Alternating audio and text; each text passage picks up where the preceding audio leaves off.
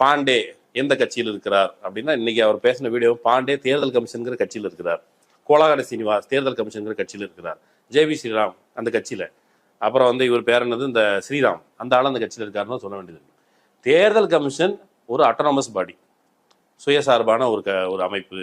அந்த அமைப்பு வந்து எந்த கட்சி சார்பும் கிடையாது, அது சுயேட்சையானது. அதனால தான் நாம எல்லாரும் நம்பி ஓட்டு போடுறோம்னு சொன்னா, ஏன் ஒழுங்கா பண்ணல? உன்னால பாரு, கட்சிக்கு எங்க கட்சி கெட்ட பேரு, எங்க அரசாங்கத்துக்கு கெட்ட பேரு. நாங்க மக்கள்கிட்ட வந்து இவ்வளவு பரப்புரை செஞ்சு நல்லாட்சி செஞ்சு கொரோனா சமயத்துல மக்களை சாக விட்டு டிமானிட்டேஷன்ல சாக விட்டுலாம் கூட நாங்கள் மக்கள்கிட்ட பரலோகத்துல இருந்தா கூட கூட்டு வந்து நாங்க வாக்களிக்க வச்சிருக்கிறோம். ஆனாலும் நீ வந்து மக்கள் மத்தியில எங்களுக்கு கெட்ட பேர் உருவாக்குற வேலையை செய்கிறே, தேர்தல் கமிஷனே ஒழுங்கா பதில் சொல் அப்படின்னு கேட்டு எவனும் கேட்கல.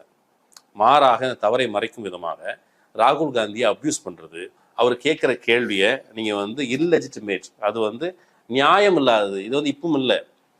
ராகுல் காந்தி ஆரம்ப காலத்துல இருந்து அவர் ஒரு தலைவரா அரசியல் இந்த